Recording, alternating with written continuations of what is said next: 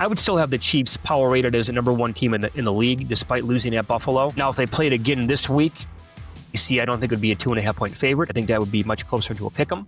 But the Chiefs are also middle of the pack with their SOS. Now, it's tough coming up. They have the Colts, your Colts. They have Denver coming up in the next couple of weeks. But you know that this team is probably going to win 10, 11 games and be in the playoffs. This is Pod to the Futures with Mitch Moss and Jonathan Von Tobel on VSiN, the Sports Betting Network. What's up, folks? Welcome back into another edition of Pod to the Futures. It's Jonathan Von Tobel, Mitch Moss with you here today. We got a good one on tap. At the end of the program, a special guest, Greg "Hoops" Peterson, will join us as college basketball season is underway. Mitchell and I am very excited, although I was thinking last night and early this morning, do I even have the bandwidth to actually follow and cover all of these things accurately with what's going on? Yeah, man, it's such a great question. I mean, right out of the gates, they dropped like 150 games on our lap. It's like, here you go. And by the way, Florida, Arizona was a banger. It was awesome. That was a great game. I couldn't take my eyes off of it. I mean, the athleticism, the talent overall, just completely off the charts. And you'll love to see these teams get off to starts like that.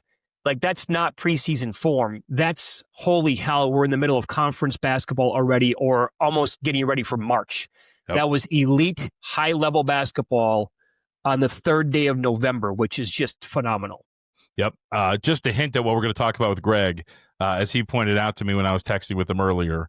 It might be Arizona-themed, if you will, in terms of some big-picture futures. So we'll discuss that with Hoops when he comes and joins us in a little bit.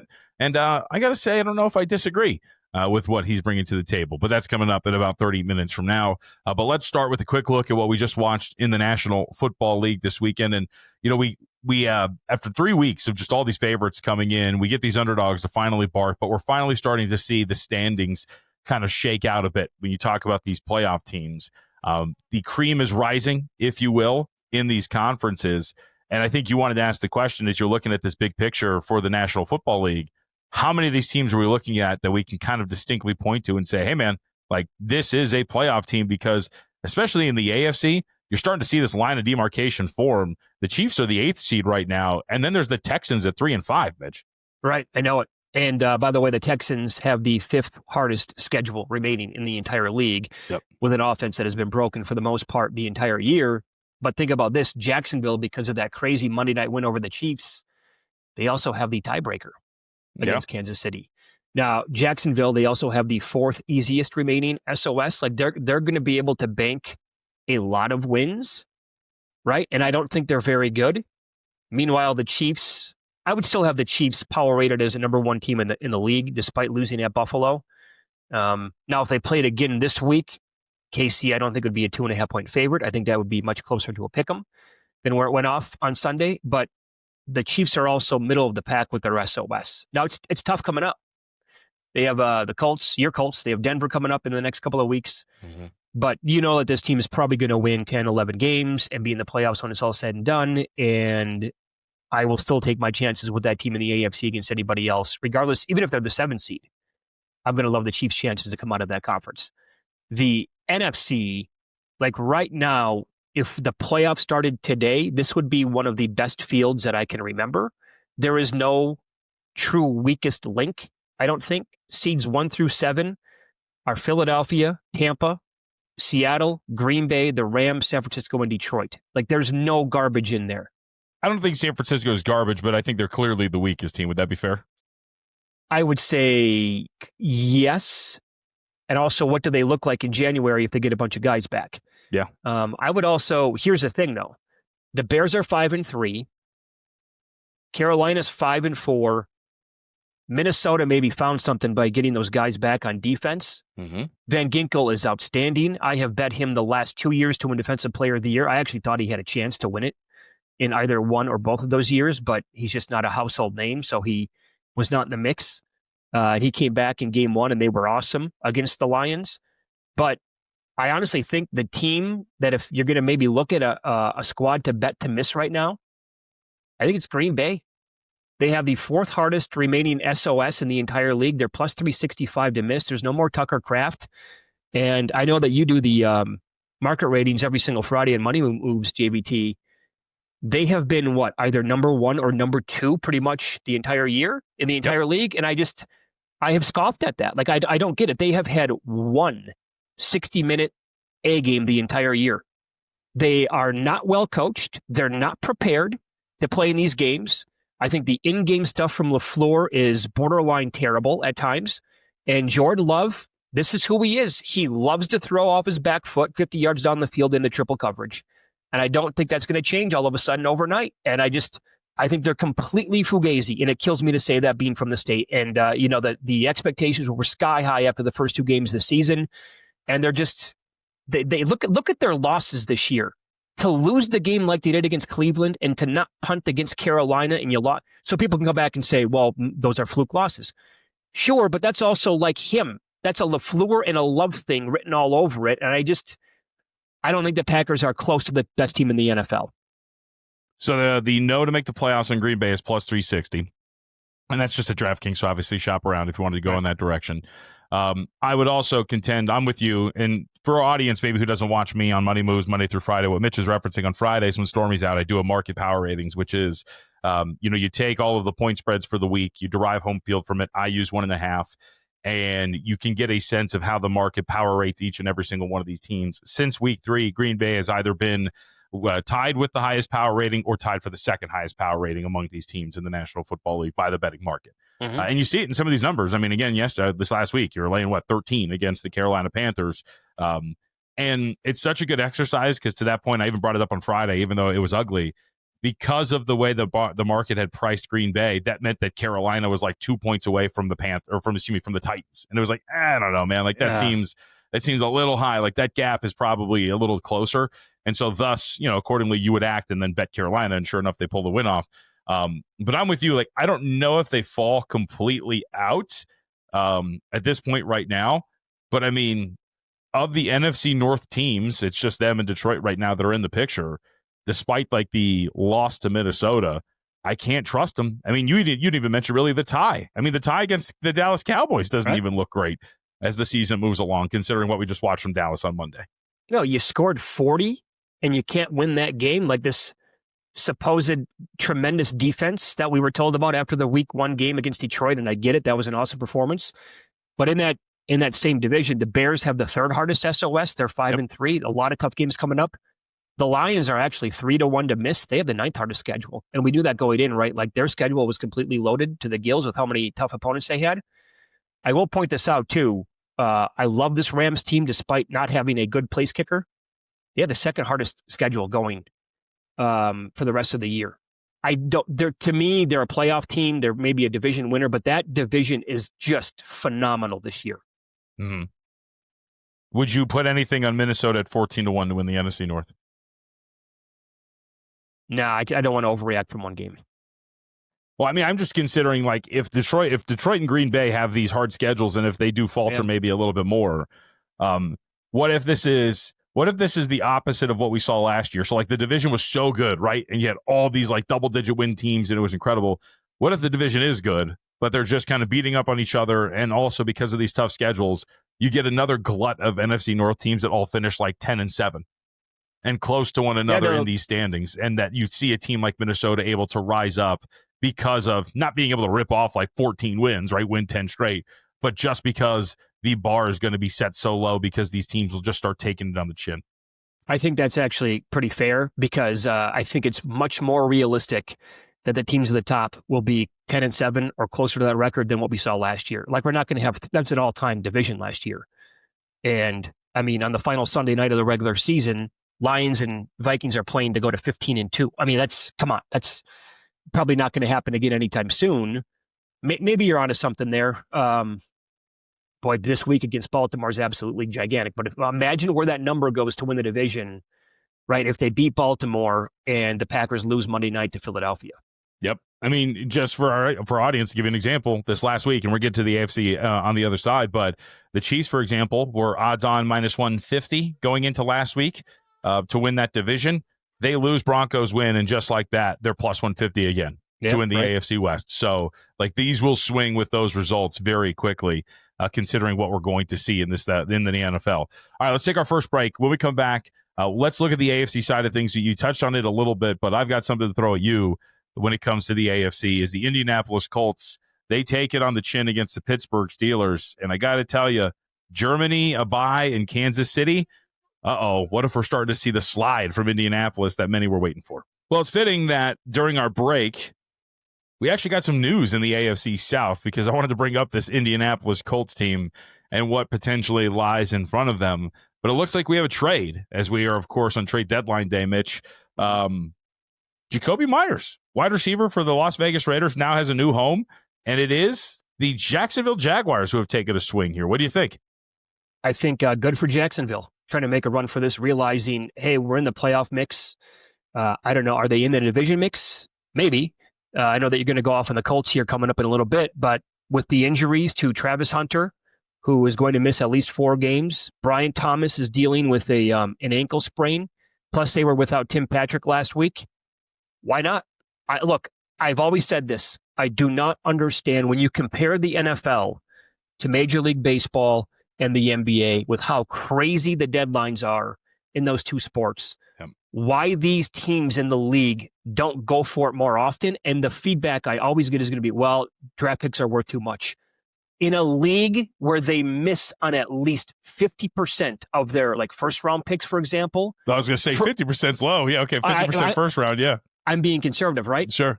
For a proven player in the league that can help you at a position of need, they think their draft picks are gold. And I hate that philosophy. So all I can do is sit here and applaud Jacksonville for going after this. And what have they done in their history? Sure. It's been a long time. Year number 2, they made the conference title game. That's been a long time. And they have been pretty much a flop other than that one playoff win and appearance with Trevor Lawrence a couple years ago and that comeback miraculous win against the Chargers. So, yeah, man, good for them for making this move. And certainly Meyers can fit right in, I would think, immediately and help him out offensively. Yeah, so I would generally agree with you. I mean, I guess the counter argument is you already traded up to number 2 for Travis Hunter and shipped off those and whatnot, and you're kind of mortgaging draft capital here. But to your point, to get proven players, in the NBA, these draft picks have such value because a single individual player has value, so much value, right? You're one of 5 guys on the floor at any one time, and then one of arguably 8 if you have a rotation. 8 guys that is really going to impact the game. So I understand why those are kind of gold and we keep trading these and doing all this stuff. But here, can understand it, especially when you're talking about these low leverage picks who are going for a dude that is going to give you some production. So you bring up Jacksonville from the future standpoint. Their odds to win the AFC South are right back to where they were before the season started. I know this because I have a ticket on them at 3-1 to win the AFC South. They are plus 310 to win the AFC South. I also have from before the season started, a Jacksonville 1, Colts 2 exact division finish that I'm sitting on, which at this point, after the loss to Pittsburgh, and I want to make this clear, this is not this team is a bunch of frauds, it's all over, this Colts team sucks, and I knew it the whole time. No, I think their offense is legitimately good, and I don't think there's really any questioning it. But I've been consistent with this one, Stormy. We've talked about it on Money Moves. They're not a good defensive team. And Mitch, if there was going to be a time for you to maybe look to cut this team down to the knees and try to find some futures to go against them, it would be now. They have to go to Germany this week to play the Atlanta Falcons. They get a bye week, and then their schedule post-bye right now is at Kansas City, home versus Houston, at Jacksonville, at Seattle, home versus San Francisco and Jacksonville before you wrap on the road against Houston. Who knows what Houston is at this point at the end of the year. But the whole point here being this schedule is about to take a massive leap forward for Indianapolis. And the little things you've seen, the inability to defensively stop many teams unless you're pressuring quarterbacks or forcing turnovers. The other part about this as well is your offensive line. I saw a lot of during the loss to the Steelers. Man, that was really surprising for this offensive line. Daniel Jones is actually in the top 10 in terms of pressure, total dropbacks under pressure. He's just handled it so well. It looks like this offensive line has performed much better. If you look at that schedule and the way this is, if there was a time that this team falls through the thin ice, I think it starts now. So how drastic are we talking? Do you want to take 7-1 to miss the playoffs? They have the 6th most difficult schedule remaining in the league, to your point. Jacksonville has the 4th easiest schedule. And there is no doubt, JVT, a path where this division is only going to get one team into the playoffs, right? Because I think we can sit here and say Bills, Patriots out of the East. Out of the West, I think there's a good chance we're going to get 3 teams. Denver, Chargers, Chiefs. Yes. So you give the North one team, the winner there, you're down to one team out of this division. And even if the North gets 2, okay, then you're going to get 2 probably out of the West rather than 2 out of the South, is my guess. And is there an angle here where that's the play? Jacksonville, like you said, 3-1, but if you want to get better than that, the Colts maybe to miss it here. I'm looking at that schedule like you talked about. That is a bear coming up. Right. Well, and you made the astute point. I wanted to kind of sweep away the 49ers when you were talking about the playoff teams in the NFC. But that if that team is fully healthy or as close to healthy as possible by the time they play them, I mean, that's another opponent. Those NFC West teams they have to face moving forward. I mean, this is it's a monster for them. I still think that they've done enough damage here to start 7-2 that they're going to be able to get this done. But they have been masking some of their biggest issues. And when you don't have, it might seem crazy when they're 7-2 and they were 7-1 at this time last week, but I didn't think they really had that much margin for error in this easy portion of the schedule because the way the back end of this schedule looked, and this Pittsburgh loss might loom pretty large. That might be the difference for them at the end of the year, to your point, and it's a great one about the way the divisions break down of actually missing out on the playoffs entirely. I'm also looking, there's a history here of the Colts not exactly doing so hot against Jacksonville, specifically when they played them on the road in Jacksonville, right? Yes. And they get them twice yet. So I'm going back last year. Yeah, Jacksonville got them 37-34. I think, Mitch, I'll save you some time. I think they've lost 13 straight in Jacksonville. I think you're right. Look at that, 2023, 37-20. Jacksonville got them 24-0. Yep. That was right away in the 2022 season. They got them. All these scores going back in Jacksonville. You're spot on. Yeah, I think they've lost somewhere in 13 straight in Jacksonville. Total ownage there by the Jags when they play them at home. The raucous environment of Jacksonville, Florida, for some reason, has just killed Indianapolis. And the thing, too, is, you can't, if you look at, because you're going through it right now, look at where they fall on the schedule. It's not like one of those Miami things where it's man, that's tough. You got to go play in the summer. No, 4 years ago, Carson Wentz had the playoffs on the line. They went out to Jacksonville and they just completely laid an egg. No, that's and they lost that game. Yeah. I had a lot of good futures on the Colts there that year. Humans and I both were loaded up on Colts AFC futures, ranging down to 50-1. It was great. And then, of course, all we needed them to do, because they were red hot that year, was just win in Jacksonville and make it in. I think that was, you're right. It was January 9th. That's how late the season has been going now. Yep. Final week, regular season. They had just win it and you're in. 26-11 was a stink bomb they put up, and they lost by that score. It was abysmal. So trust me, Jacksonville is a house of horrors for this team, and they have that coming up on December 7th. Jacksonville beat them 6-0 on December 2nd, 2018. Yep. Oh, trust me, man. Lord. It's like I said. So you look at this. I mean, hell, even Atlanta coming up this week, right? The market kind of moved against them, whatever, but Atlanta's a pretty decent pass rushing team. They're now healthy at the skill positions. This Colts defense isn't great. I am maybe this is the Colts fan in me that is being somewhat pessimistic, but you could really start to see them take it on the chin. And let me zoom out even further. What does that do for some of these other futures that we've discussed? For example, Shane Steichen to win Coach of the Year. I think all of a sudden, as he is the favorite at plus 160, if they lose these games that we're talking about, he becomes a very weak favorite at the top of this board. I don't know if that means you go straight to Mike Vrabel or you go to other places like a Mike McDonald at 5-1. That's something that is in play.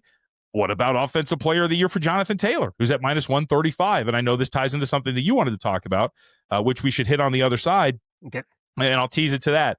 If this happens, how does a slide for Indianapolis open the door for some of these other teams in terms of both futures and awards? Could there be a 9-1 shot or a 6-1 shot that could win Offensive Player of the Year, not named Jonathan Taylor? We'll discuss on the other side. All right, so let's assume that the Colts let's assume they fall from grace.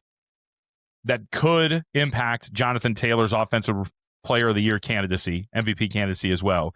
Is there a name that you could look at for Offensive Player of the Year at this point right now? Well, the easy one would be Jackson Smith in Jigba, right? Another huge game with Sammy D on Sunday night. And I think there's the bet to make, actually, and DraftKings has had this up for a long time. Will he break the all-time receiving yards record? That was at plus 750 before the game against the Commanders. I think there's an angle here where he's going to beat that number. Ooh, and I think that might mean something to him, right? But the Offensive Player of the Year at 9-1, man, talk me off the ledge here with Christian McCaffrey. When you look at his numbers so far, so 596 on the ground, 4 touchdowns, 61 catches out of the backfield, 626 in the air, 4 more touchdowns. JVT, he is on pace for 317 carries, 1,126 yards, 115 catches, and 1,182 yards overall.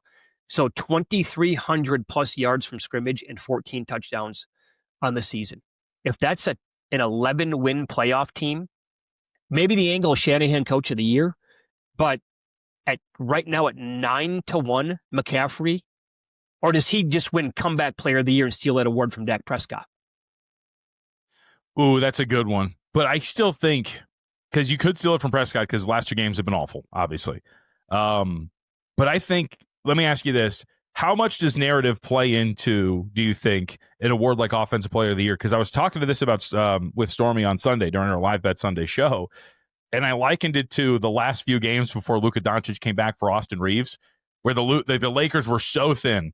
And so for 3 games, every play from JJ Redick was just like, Austin, go get him. And he was great. And he had so much volume, and he was going over his points, rebounds, and assists because everything was flowing through him. Yeah. That seems to be the same thing with Christian McCaffrey right now. I mean, they are so beat up, in almost every play is some sort of Christian McCaffrey touch, and it's just Shanahan going, bro, go get him, because we need it. We need you to carry us right now. And if they maintain, and if they make the playoffs, which right now they're inside of the top 7, he should get a lot of credit for them being able to get through all of the injuries they have suffered, both offensively and defensively, which should then give him a strong case to win Offensive Player of the Year and not just Comeback Player of the Year. I think the narrative of 430 touches in that neighborhood, along with if he does 1,000 on the ground and 1,000 in the air, like that's rarefied air we're talking about here. I think he's such a likable guy. The media loves him. It's going to be tough to ignore. And I think there's a really good path here. Like to your point, I laddered Kendrick Bourne against the Giants. Like their receivers had such an easy matchup against the Giants this past week. The Giants secondary is a mess. They're terrible in the first place, and then they had a bunch of injuries. Like there was an angle where he was going to go nuts. Jennings was, and to your point, Shanahan's like, nah, we have CMC. Yeah, he's going to kill this team on his own. I don't have to get too creative beyond him, and that's what they did. I think you've got something, and I will do what you did last week. I asked you to talk me off the ledge of the Spurs, and you pushed me off. I think I'll give you a shove in the back. It's hard not to look at this with McCaffrey and think that he's got a legitimate shot to do this, considering what he's done and what he's needed to do because of where this team is at right now. One more here. We talk. You gave out Rico Dowdle last week 50-1 most rushing yards. By the way, you see, he's only like after that Jonathan Taylor game, he's less than 200 yards off the lead. I know it. He's down to 15-1 today, by the way, most rushing yards. And I kicked around Drake May, 16-1 most passing yards. How about this week now? We go with another season-long stat leader at 14-1. How about T. Higgins, most receiving touchdowns? He has 6. The leader's Devontae Adams with 8. And I will remind people of Joe Flacco's last 3 games with the Bengals. 31 of 47, 342, 3 touchdowns. The defense allowed 31 points to the Steelers. Against the Jets, he threw for 223 yards, 2 more scores. The defense gave up 39 points. This past week, week 9, he was 31 of 47. So that's 2 out of the last 3 games with 47 attempts. 470 yards, 4 more touchdowns. Their defense allowed 47 points. Mm-hmm. The defense is one of the worst that we've seen in many, many years. That's not going to change. So they're going to keep being in these shootouts. If Flacco stays healthy, he's going to throw 40 times a game. And T. Higgins is 2 off the lead. He's 14-1. My rebuttal would be, That is such a high touchdown rate. Like, he's only got 20 targets and 4 touchdowns on those 20 targets. No, I know. That's insane. I believe. With Joe Flacco, by the way, I should know. Yeah. I think season to date, I'm going top of my head here, I think he's got 32 catches on 56 targets or something like that, which is a terrible percentage overall. Let's see, I got it right here. It's refreshing. But like, and for our audience, again, that my numbers were specific to just Joe Flacco starts. Yeah. You nailed it. 56 targets, 32 catches. So to your point, the reception rate's already brutal. But to get 4 touchdowns on just 20 targets with Flacco as your quarterback very sustainable. It's such a high rate of touchdown catches. Right. But to your overall point, I mean, dude, that game was ridiculous. The end of it. It was one of those where I get off circa at 1:00 and I'm like, all right, well, I watch the end of the games that I need, right? Carolina, all this stuff. That game's like kind of going on. I'm like, that's over. And then you check the score when you get home and you're like, that was the final score? What the hell happened? Like 2 and out from that thing. They're going to throw and they're going to need to do it. And he's got the individual talent to do so. I think there's worse bets to be made for sure. Well, there's also, another rebuttal could be, let's not forget that in the prior 2 games, Jamar Chase had a combination, or he combined for 42 targets right before the Bears game. And that set an all-time record going back in the database as far as like targets go. So Chase could just take over and be the primary receiver for Flacco moving forward, and then that bet is dead. But he's only 2 off the lead. Yeah. I guess if we're going to spin this forward, I will say, so Cincinnati goes into the bye this week. It's not like you're facing like the toughest defenses in the world. Pittsburgh, New England, Baltimore, Buffalo, Baltimore again, Miami. Sure. Arizona, which looked pretty good against Dak last night, but I don't know. I think you can do it. And I guess with the bye looming now, you can just wait till next week, right? Sure. Because there's a chance he's going to fall back even a little bit more here. And then, 14-1 turns into 22-1 or whatever the number might be.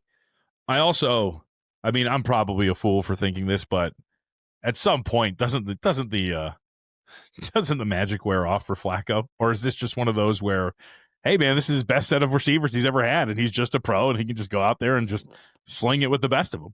I think there might be a little bit to that because, like, he knows. I mean, he knows where the bread is buttered here, and he did this 2 years ago with the Browns. He just came in and said, I was on my couch a week ago. Yeah. I'm just going to let it fly, man. And he did it. And so, I mean, that part that you just brought up, you can't deny. I mean, we're talking about probably the best set of receivers in the entire league with these guys. Yep. And the defense, they're not going to get any better. Today's deadline day, we're taping early in the morning. What if they trade Hendrickson? That's certainly not going to help things there. All right, last 60 seconds real quick. Should note a couple of things, some cleanup, if you will. I texted you yesterday, just a one-word expletive. Dylan Harper, of course, the week after I had him to win Rookie of the Year, has a calf injury. Mm-hmm. He's going to be out for multiple weeks, so that sucks. And Victor Wembanyama and most improved. That is now the new topic of conversation. Opening a can of worms with 45 seconds left. Come on.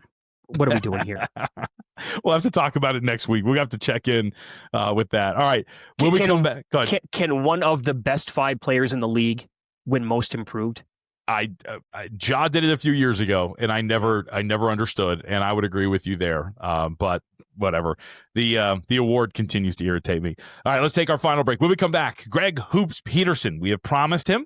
We're going to talk a little with Greg about what he likes in the futures market in college basketball, if maybe there's something to build on with Arizona. And he's got another team out west that he likes to build the future on. That's when we come back here on Pod of the Futures. All right, let's wrap today with the guest that we promised. Everybody knows him. Everybody loves him. He still has his Christmas tree up, even though, well, I guess now it makes a little bit more sense because it's the holiday season officially. Greg Hoops Peterson joins us here on Pod to the Futures. Greg, the season is underway, but really quickly, I will to build on that. First off, I'm a Christmas guy, so I'm down with it. But Stormy Buonantony, my co-host, did not know about the Christmas tree. Fill us in on what this thing is. Well, I do something called the Pickmas 3 instead of a Christmas tree, where I pick 3 games every single day. In college basketball, it's the earliest game of the day, the latest game of the day, and then I pick one at random in between. So it sort of sticks with the Christmas theme. And the reason why I have the Christmas tree up is that every single day in which we've got baseball or college basketball action, it feels like Christmas, and that means that it's Christmas all year round for myself. So we keep the Christmas tree up all year. It's actually from a failed relationship, ironically enough, but I like the Christmas tree, so I always keep it up. So It's always a little bit of fun. It's always something to be able to have a little bit of content and give you guys some video pics. So I've just really adapted it, and I've had a good time with it. I fancy myself a little bit of a writer, and Mitch, that is some poetic irony right there, that every time Greg Hoops Peterson looks upon a symbol of joy such as a Christmas tree, he's reminded of a failed lover. That's some poetic irony. Warped. That's a warped brain right there. But that's why we love Greg. So where do you keep the tree then? Like, is it in a window when people drive by your place? Can they actually see it? Is it lit up throughout the entire year? It is lit up throughout the entire year. I make sure to unplug it when I'm not utilizing it for the videos, so that way I save a little bit of electricity, but it's very much in my workspace where I do a lot of the recording for the podcast that you hear on the network, the Baseball Betting Show and the Coast to Coast Hoops podcast. Love it. All right, let's get to some college basketball then. We got the full slate yesterday. Mitch and I were just talking about at the beginning of this pod about how there's so much going on, and then boom, here's like 100 games dropped in your lap. But let's talk a little bit about the big game that we saw to start the day for the most part, although it was going on all day. Arizona and Florida. It looked like Florida was going to run away with it initially, and then Arizona just looks great. They look athletic. They look fast.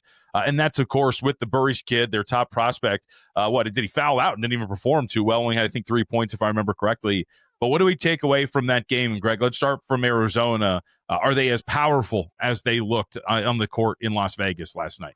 I really do think that it's addition by subtraction that they no longer have Caleb Love, because back when they had Caleb Love, yeah, he could absolutely shoot you into a game, but boy, oh boy, that was a guy that was very capable of shooting you out of a game. He always was a very ball-dominant guy, and with Arizona now, you've got so many of these freshmen that come in, the international men of mystery. You get back Montevideo Krivas, who he didn't necessarily have the biggest game against Florida as well, but Koa Pete looked like an All-American last night as well. I just feel like this is a much more balanced Arizona team, one that I think is going to be able to score in a wide variety of ways. Certainly, they're going to need to lock down a little bit more on defense. They gave up quite a few points against Florida, but you know what? This is looking like one of the more powerful offenses that you're going to find in America. And if you can get Anthony Del Rosso going as well, who shot over 40% from three-point range last year, didn't necessarily have the biggest night number one as well. I think Arizona has weapons upon weapons and really good depth.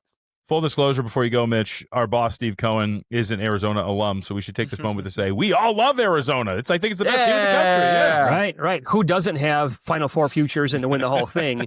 So where do they land in the pecking order of best teams in the Big 12? Are they close to Houston? Are they like the second best team? Are they better than Kansas overall? Darren Peterson is phenomenal, the rookie or the freshman for the Wildcats. And then I guess at the end of the season, is Tommy Lloyd really trustworthy to the point of actually having a national title future in pocket on this team?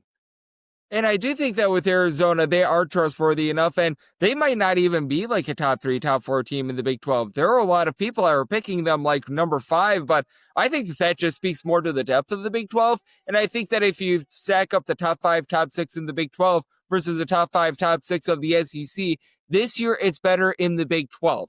Now, I think that the overall depth, 1 through 16, might be a little bit better with the SEC because you sort of start to crap out when you get the teams like Colorado, Arizona State.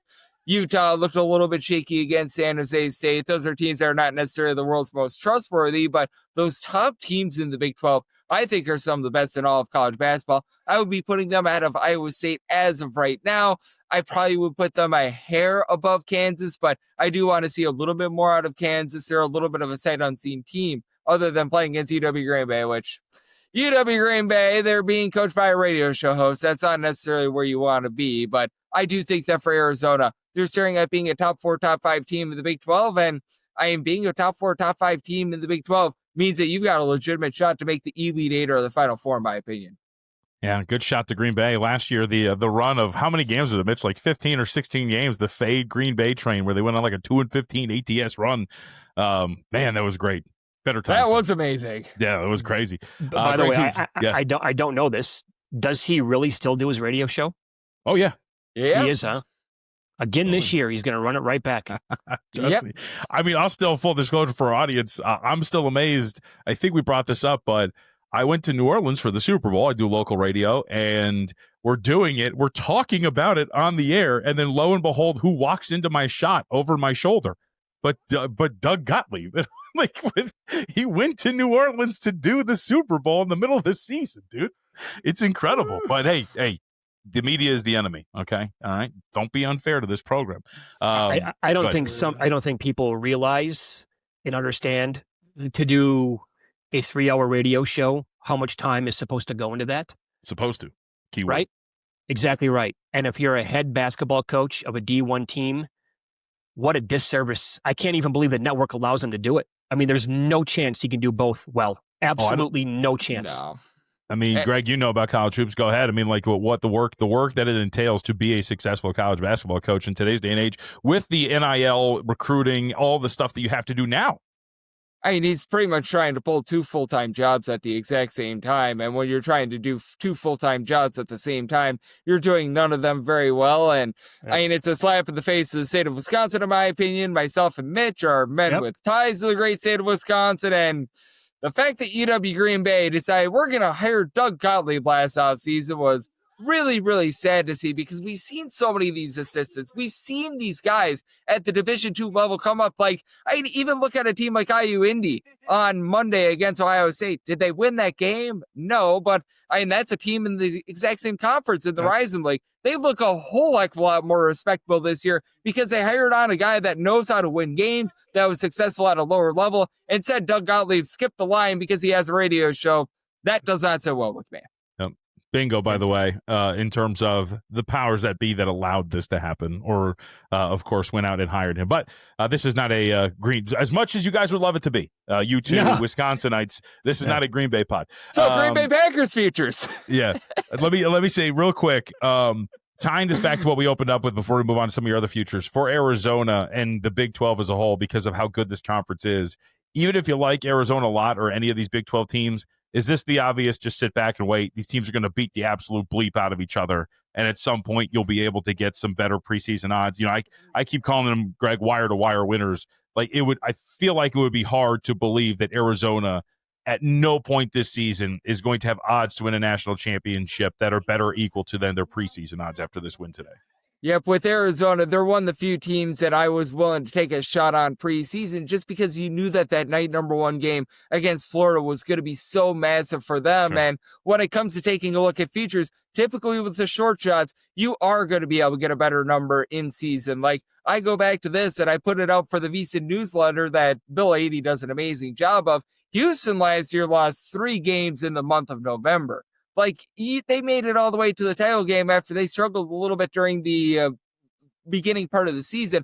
Those are the sorts of teams that you want to wait on. The teams that are further down the board are the teams that you want to fire on early because they're the teams that have the most ability to be able to ascend, and their odds get shorter and shorter as the season goes along, whereas the teams at the top, typically their stock is only going to be going downward.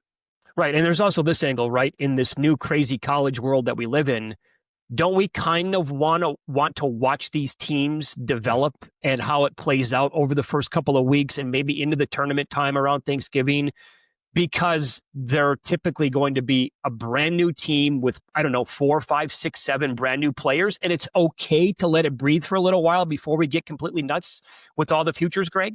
Oh, absolutely. Like, if you like a team in college basketball that's maybe, we're going to spitball a number 20-1, and you sit back, you wait for a few games to see if they're for real or not, and instead you get 18-1, it's worth taking the 18-1 rather than the 20-1 to know exactly what you're getting, because how many times haven't we seen a highly touted team in the preseason just completely crap out because they've got no chemistry whatsoever? Looking at you, North Carolina, who was the number 1 team in all of college basketball just 3 short seasons ago and did not even make the NCAA tournament. So I do think that in this sort of a era, you want to pay a little bit more for information. Maybe you take a little bit of a lesser number, but now you know what you're getting rather than betting on something sight unseen.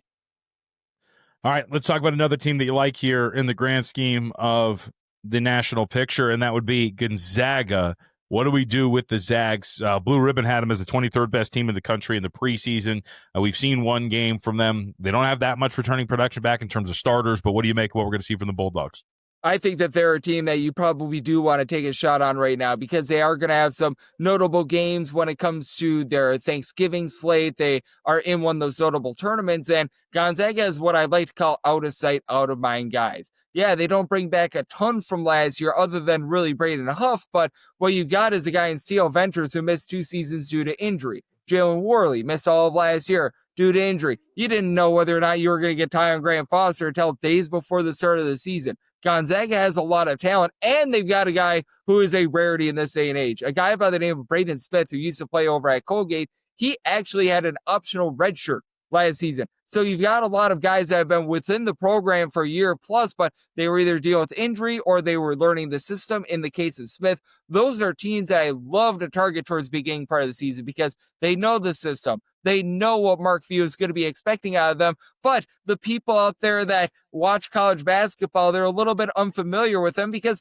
they didn't see them at all during the 2024-25 season. And I feel like with Gonzaga, this could be one of their best teams yet because if you recall when they made the national title many, many years ago, they had redshirt guard Wilcher, who was just such a big impact guy for this team. I don't know if Smith can quite be that, but you know what? With Gonzaga, they've got a lot of experience. They've got a lot of guys that are under the radar. And I think that Gonzaga is one of those teams that when there's high expectations on them, typically they underachieve. Typically when folks are a little bit lower on them, they overachieve. Yeah, and this is a team, like you said, and I'm finding them right now as you're talking about them, Greg, readily available in the 30, 35, or even 40 to 1 range to win it all. You know what they're going to do come West Coast play. I mean, they're going to lose, one game maybe? St. Mary's going to be really good again this year, but they'll probably coast through the West Coast again. And at that point, like, where does 40 to 1 go when we're talking about this team in mid-January? Are they down to like 15, 18 to 1 to win the whole thing and in line to maybe get a 1 or a 2 seed overall? And allow me to throw this in here as well. You get consistency with Gonzaga as well. 8 out of the last 9 NCAA tournaments, they've made it to the second week of the NCAA tournament. So at the very least, when you reach a Sweet 16, you still have a live ticket in pocket. That means that you're going to be able to hedge it because they haven't won the national title yet. I understand if you have your question marks with Mark Few being able to win the whole thing, you need to see it to believe it. But at the very least, you're going to have a live ticket when it comes to the Sweet 16. And that's something that I think has tremendous value in college basketball futures. You know, I'm not one to tell people when my birthday is, but I will say it is coming up. I'm about to turn 35. I believe Graham Ike made his debut when I was 29. He has been there he has been playing college basketball for a really long time. Are you talking 29 when he was at Gonzaga to make his debut, or actually in college basketball? In college basketball. Oh, there's no doubt. You were probably 25 actually when he debuted. And Chad Baker-Mazara made his debut when I was in diapers. That's right. I mean, it's kind of sad, but I mean, Perry Ellis used to be the standard for guys that were in college basketball for like 20 years, but I think it might be Graham Ike now. Well, it's just, again, right? We're watching Tyler Shuck play for the New Orleans Saints. He's a 26-year-old rookie. Yeah. So it's a brand new world that we're living in here with these guys playing this long. All right, Greg. So we hit some two big picture futures. Conference-wise, you can go wherever you want here. Is there a conference winner on the board that you think is worth taking a stab at? In terms of the conferences themselves, I like a little bit more of like the mid-major teams. I know that they had a little bit of a rough go of it a few days ago, but if you're able to find some odds on the Sun Belt, Old Dominion is a team that I think could really rise up. They bring back a lot of production from a season ago. They are a top 25 team in terms of offensive rebound percentage and bring back a true 7-footer in Caleb Sweatin-Roger that I think is going to be very rock solid for them. So Old Dominion is one of those teams that I think is going to be able to provide a lot of value both game to game and out there in the Sun Belt. In terms of more of the power conference teams, I know that St. John's looks so good against Quinnipiac night number 1. I still lean to UConn in that conference, though. With St. John's, I do think that the fact that they're still having a little bit of a revolving door at the point guard spot is a bit of a question mark. And Dan Hurley is being questioned. And Dan Hurley, you can say what you want about him being a little bit too cocky, maybe feeling himself a little bit too much. Guy knows how to coach. Guy has so much back with the likes of Solo Ball, Alex Caravan and company. That's a team that if you have to pick between UConn and St. John's to be able to win that conference, I'm going to default to UConn in this one. And I think that they get right back online after last year was a down year. All right, we started Big 12. Let's go there one more time for the regular season because, again, it's loaded. We watched BYU on opening night. They're going to have a really good season. Houston's loaded to the gills. You mentioned Arizona. How about Texas Tech? They're plus 525 in that range, maybe up to 6-1 to win the Big 12. Or is that a team that you would rather wait until March to grab a ticket on to win the conference tournament?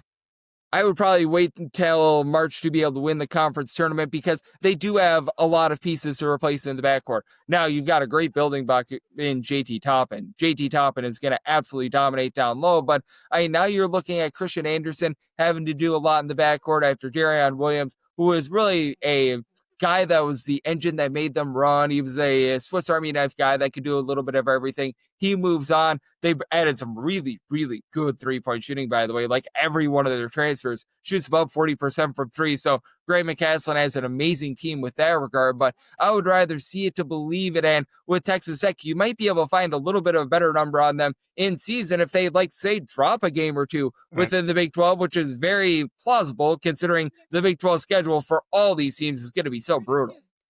I want some confirmation on my own thoughts here. We watched, and Mitch had brought this up. We talked about this a little bit earlier in the pod. Boise State lays an egg on the opening night. And I've kind of been running with this premise that I think the Mountain West might be a little down this year as a whole, and that I think a team like Grand Canyon might be able to surprise some people. Drew's, I think, a really good coach. I like their transfer class. But your thoughts on the Mountain West as a whole, and am I barking up the right tree and thinking that this might be a somewhat weak conference? They're on a 7-year streak, by the way, of sending at least 2 teams to the Mountain West, or excuse me, to the NCAA tournament. I don't know if that's going to hold up this year. Am I being too dramatic? The only team that I think is a surefire team that's going to be able to make the NCAA tournament this year is San Diego State. With Magungwath, you don't know about that injury, but you know that Brian Dutcher is going to be able to get them there. And I do think that the Mountain West is going to be able to send multiple teams. Who's that team number 2, though? Because I see this Mountain West as having a lot of teams that should be like in the 50 to 75 range in terms of their rankings. Grand Canyon, who you just mentioned, I think that they've got a good shot to be able to get the job done. They've got a top 2 to 3 team in the Mountain West. I was lukewarm on Boise State coming into the year, and boy, am I now very bullish or very bearish on them as of right now. But what are you going to be able to get out of New Mexico as a coaching change? What are you going to be able to get out of Colorado State with Ali Faroukmanesh taking over that program? Utah State is a team that I think is solid. If you're looking at a team that could possibly be that other team that becomes an NCAA tournament team, I think that it would be Utah State, but I do think that the Mountain West is very down, and instead of having teams that are in like the top 35, top 40 that could get an NCAA tournament, I think that second tier of teams is more around 50 to 75. Mitch, real quick, I know you like those. You brought this up. You want this is my theory at least, a late season like, hey, this team might be starting to get hot. Greg mentions that Ali Faroukmanesh takes over at Colorado State. He was part of he's been part of the staff. He helped develop Nate Clifford. He's been there and he's been kind of like around. So I feel like there's not going to be that much of a drop off from him to Medved, and player development was one of the things reportedly behind the scenes that he worked on. That might be a team that gets a lot better by the time the end of the year comes around. Interesting. I'm looking right now to see what they are. I get it with your point of waiting a little bit on this team. Do you know a number? I can't find the Mountain West right now on the betting apps I'm looking at. They're pretty far down there. They have to be. Yeah, I'll have to look at let me pull up my notes really quickly, but I think they're in the range of about, I'm not going to say 40 to 1. Don't quote me on that, but they're pretty far down there. Let me look at one more spot here as long as we're on this team. Yeah.